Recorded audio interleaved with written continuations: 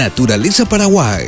Este programa es presentado por Productos Náuticos Mercury.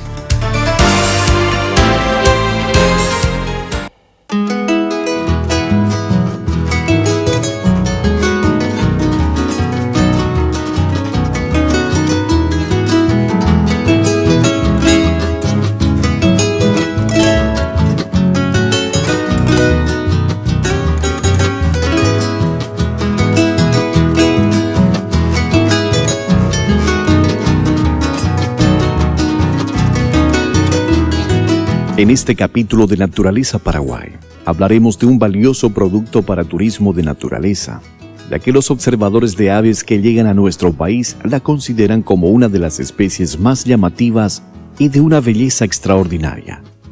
Nos referimos a la espátula rosada.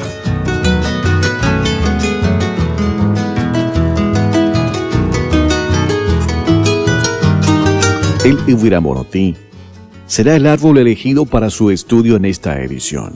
Al mismo se lo encuentra desde los sitios bajos y húmedos de la cuenca del Paraguay y en la región oriental.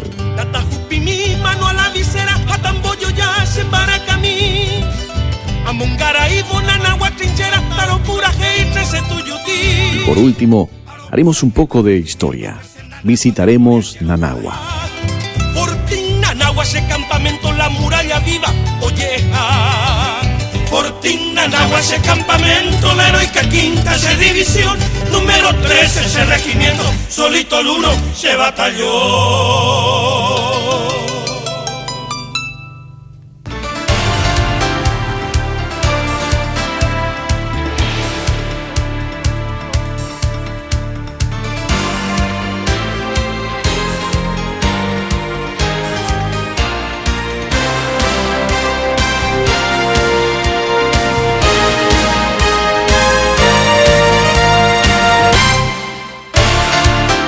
Este bloque es presentado por Productos Náuticos Mercury.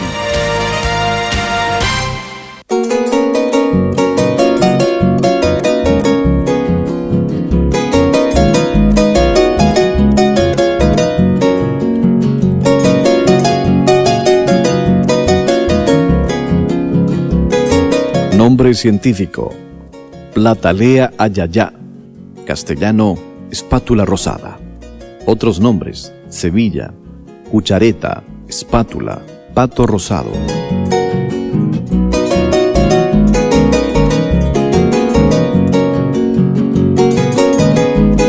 La espátula rosada es un ave palmípeda pelecaniforme de la familia Trescornitidae, que habita el continente americano y su distribución abarca desde el sur de los Estados Unidos hasta la parte central de Argentina y Chile.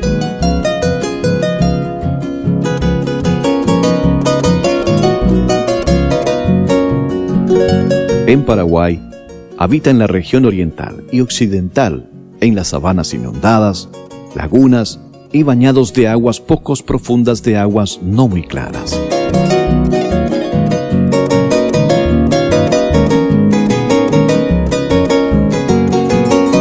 Las espátulas miden aproximadamente unos 75 centímetros de altura, de la cabeza al extremo inferior de sus patas. Su cabeza está desprovista de plumas y es de una coloración verde amarillenta.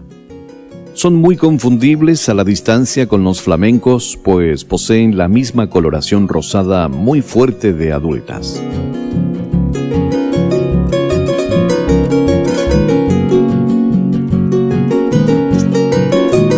Esta coloración se debe al tipo de alimentación basada principalmente en crustáceos y moluscos, no desechando peces, larvas, anfibios y semillas. En los hombros y rabadilla, esta tonalidad se acentúa llegando al rosado rojizo.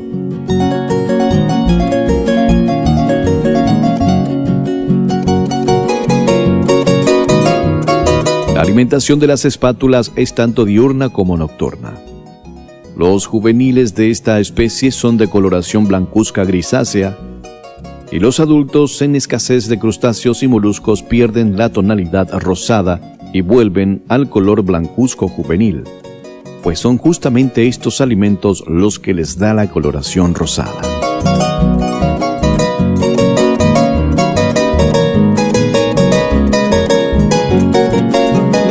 Esta ave normalmente forman grupos reducidos, pero comparte el territorio de alimentación con otras aves como cigüeñas, tuyuyúes y garzas.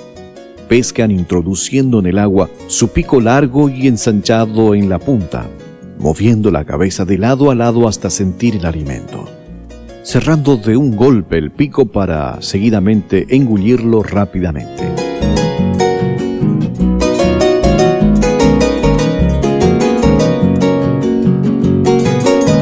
Las patas de las espátulas son largas, de color rojo, y sus dedos están provistos de membranas interdigitales.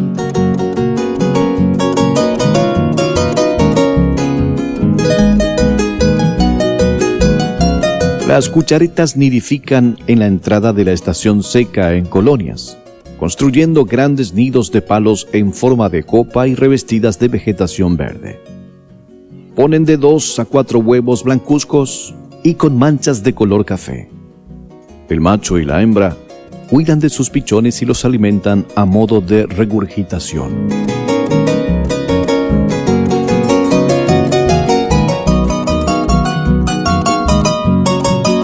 Su vuelo es gracioso y su coloración contrasta fuertemente con la vegetación, representando un espectáculo maravilloso. Las plataleas ayayá migran dentro del continente americano según el clima y las lluvias, pues el factor agua es indispensable en sus hábitos alimenticios.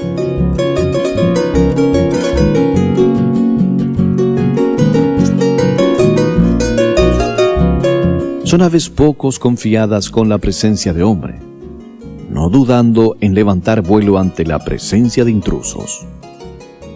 Su densidad poblacional en Paraguay está catalogada como buena, y sus amenazas son el desegamiento de humedales y pesticidas en los arrozales.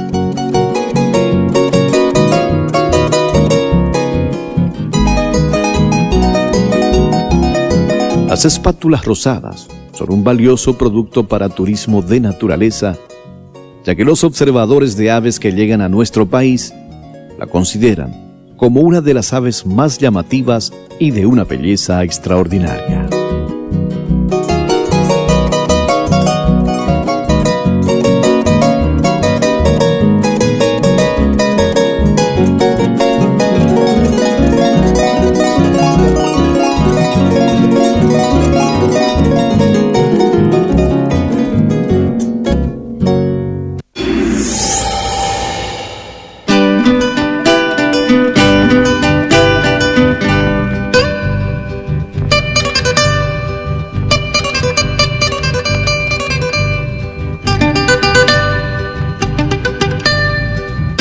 Nombre científico: Calicopilium multiflorum, castellano, palo blanco, guaraní, Ibirá monotí. Brasil, pau mulato. Otros nombres: monotiví, Ibirá ñandí, Ibirá monotí.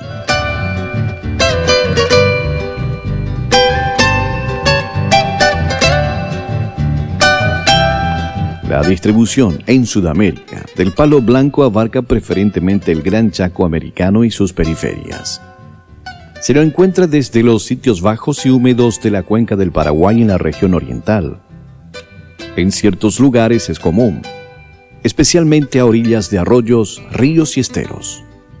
Muy raras veces se los encuentra en los bosques altos.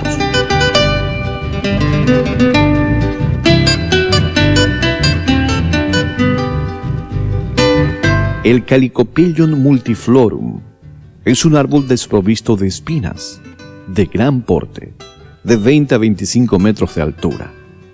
Su vistoso tronco relativamente delgado, muy recto, se ramifica a considerable altura.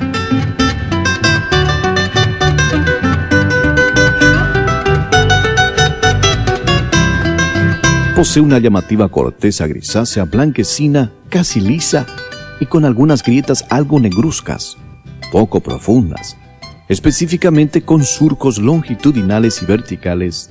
Su copa es alargada, no muy densa y aplanada en la cima.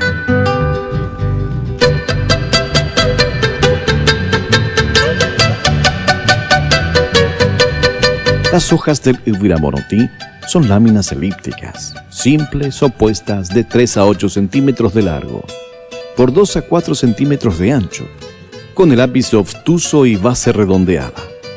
Su cara superior es glabra, es decir, lisa y brillante, y la parte inferior es pelosa, con muchos nervios laterales finos, paralelos y curvos, y un peciolo corto de 1 centímetro.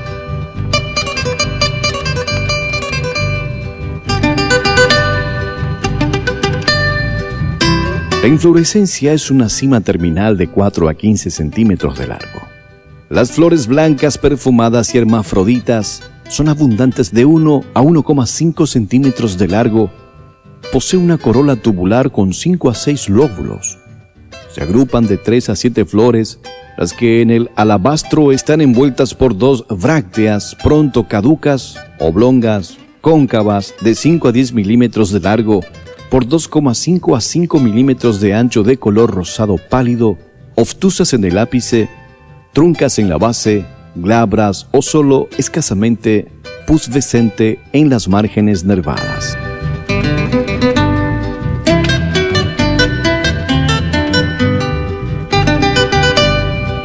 El fruto del palo blanco es una cápsula bivalva, pubescente, oblongo, cilíndrica, trunca, de 4 a 8 milímetros de largo por 2,5 a 3,5 milímetros de ancho, apenas comprimida lateralmente.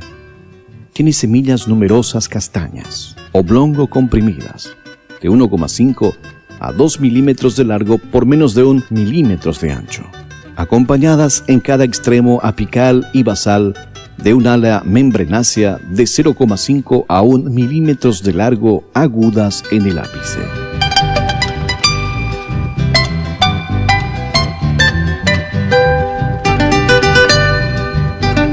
Esta especie tiene casi la misma distribución y exigencia ecológica que el Yuaseguazú y los Tilón rhamnoides.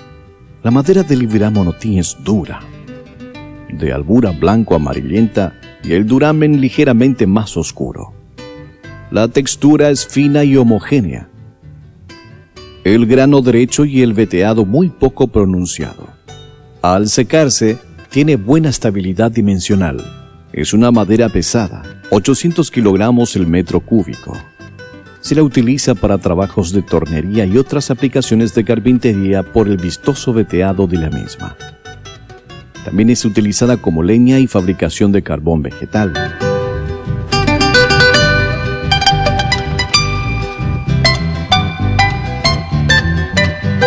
Se la podría catalogar como una especie nativa amenazada por los desmontes en el Chaco paraguayo ante el avance de las fronteras ganaderas.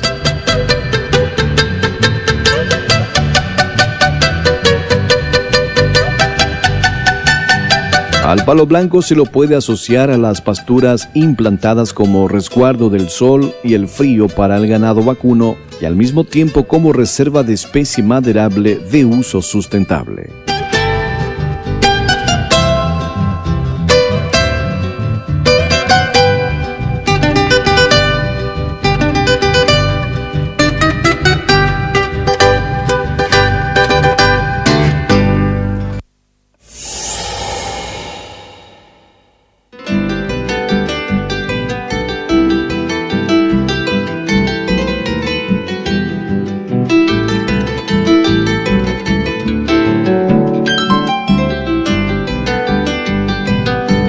A 178 kilómetros del sur de Asunción, se encuentra la ciudad de San Miguel Misiones.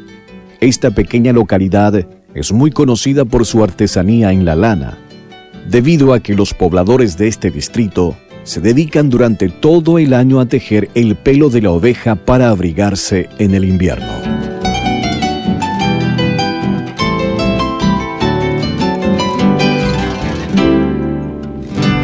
Remontándonos en la historia, este trabajo había comenzado en la época del doctor Francia, quien había ordenado el cierre de las fronteras con el objetivo de defender la independencia patria.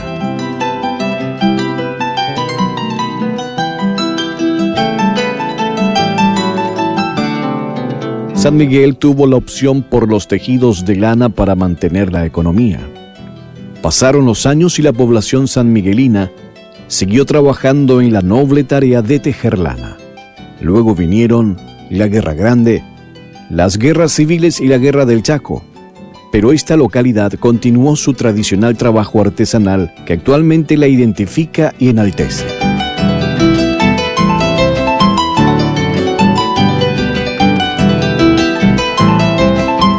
Y sí, tenemos varias, 12 a 15 artículos variados. Serían las hamacas, colchas, frazadas de lana. Tenemos los poiví de algodón, cortinados, fundas, alfombras, camineros y varios más.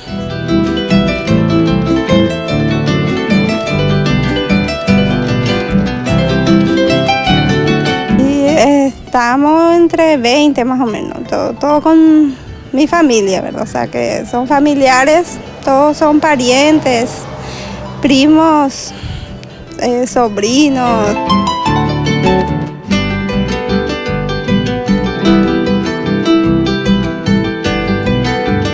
El tratamiento de la lana posee un proceso bastante largo. Se inicia con la esquila de lana en las cabañas o establecimientos ganaderos que se dedican a la cría de ovejas. Este distrito se caracteriza porque los hacendados se dedican a la producción del ganado lanar, de las mejores razas puras de pedigrí, con miras a ofrecer al mercado local el mejor pelo de oveja.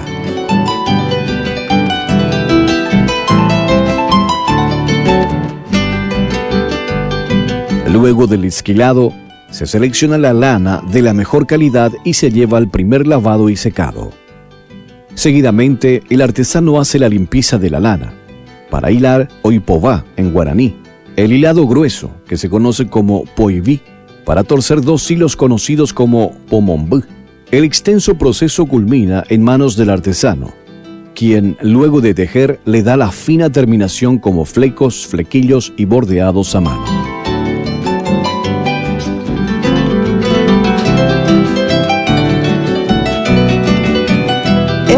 De lana es lo que se fabrica 100% acá en San Miguel, ¿verdad?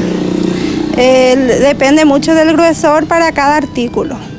O sea que una frazada de lana, por ejemplo, necesita el urdimbre fino y para tejerlo el grueso, el poiví grueso.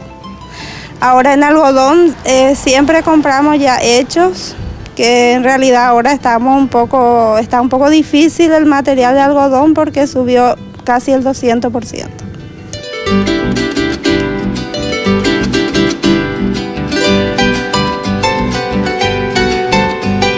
En los primeros días del mes de junio se organiza el Festival Ovezaragüe de la Canción y Artesanía de Lana.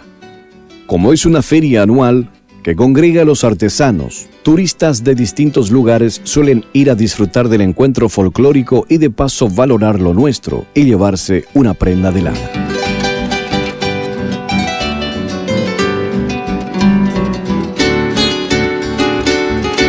Los tejidos de lana cobran cada vez más prestigio en las exposiciones a nivel local, nacional e internacional.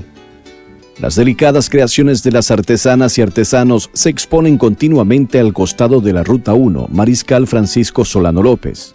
Allí los viajeros tienen la opción permanente de adquirir las vestimentas de lana.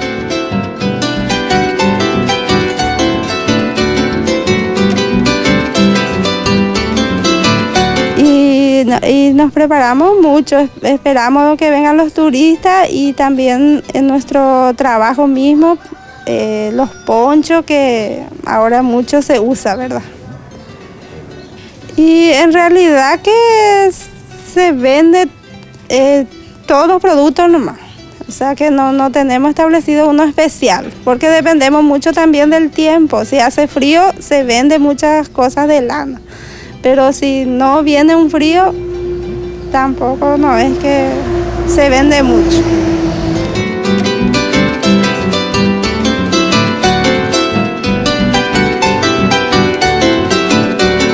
San Miguel de las Misiones es una de las localidades más trabajadoras del interior del país. Mayoritariamente en el momento de tejer participan todos los miembros de la familia, abuelos, padres, hijos y nietos.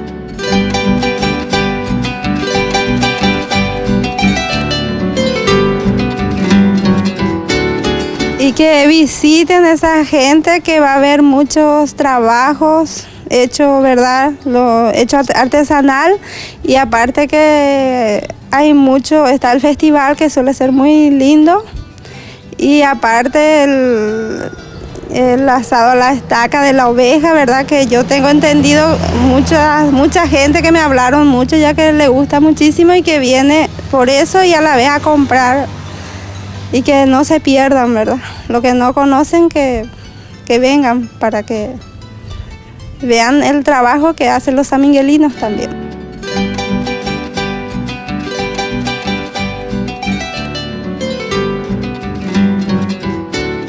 Este tipo de actividades revitalizan la cultura, las costumbres y pone de manifiesto la calidad humana de la población de San Miguel.